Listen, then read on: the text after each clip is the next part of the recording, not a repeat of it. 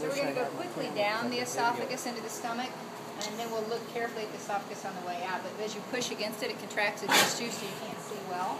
But as we pull out, it relaxes and you can see well. There.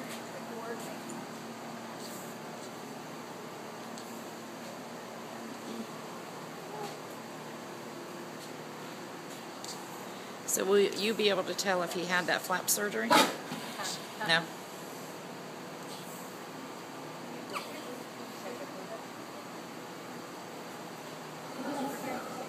And he didn't get any hay in the trailer on the way over, right? He may have gotten small particles, but as far as any block of hay, no. Well, that's amazingly clear. Yeah, it is. Boy, high technology, imagine that. Yes, no, it is.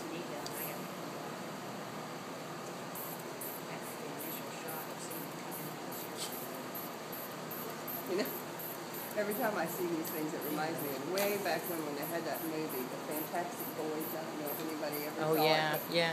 They shrunk people in a submarine. Yep, and went into the body. Yeah, and they used a syringe to shoot you into the body. Yep. And wow. It was the coolest my God. thing.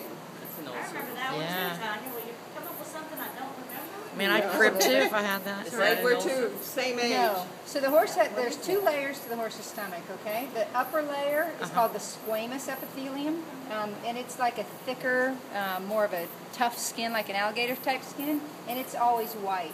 The bottom portion is this pink, and that's the glandular mucosa.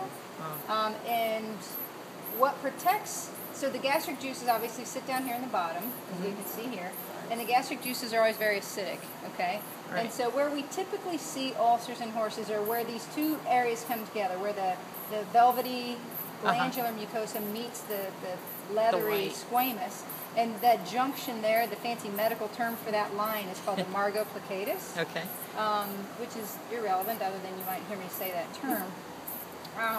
But what protects this pink stuff, which is where it's constantly in the gastric acid, is we'll get up close to it and I'll kind of show you, but there are these little glands there that just secrete mucus, kind of like the saliva, and it also secretes a little bit of a bicarbonate, which is a acid buffer. And so usually that is very good at protecting itself. That should be okay for a second, from the acid, but what can't protect itself in any way other than the thickness of its skin is this squamous portion. So far, just cursory glance, this looks okay, but we're going to come around where most of the ulcers are. This is called the greater curvature here of the stomach, and then directly underneath us, and we're going to come around so we can see it better, is called the lesser curvature. And where most of our ulcers sit is right underneath here. And then right underneath here, and we'll see that too, is the outflow tract to the small intestine. Let's give a quick rinse here before we move too much further. Marion, can you run this?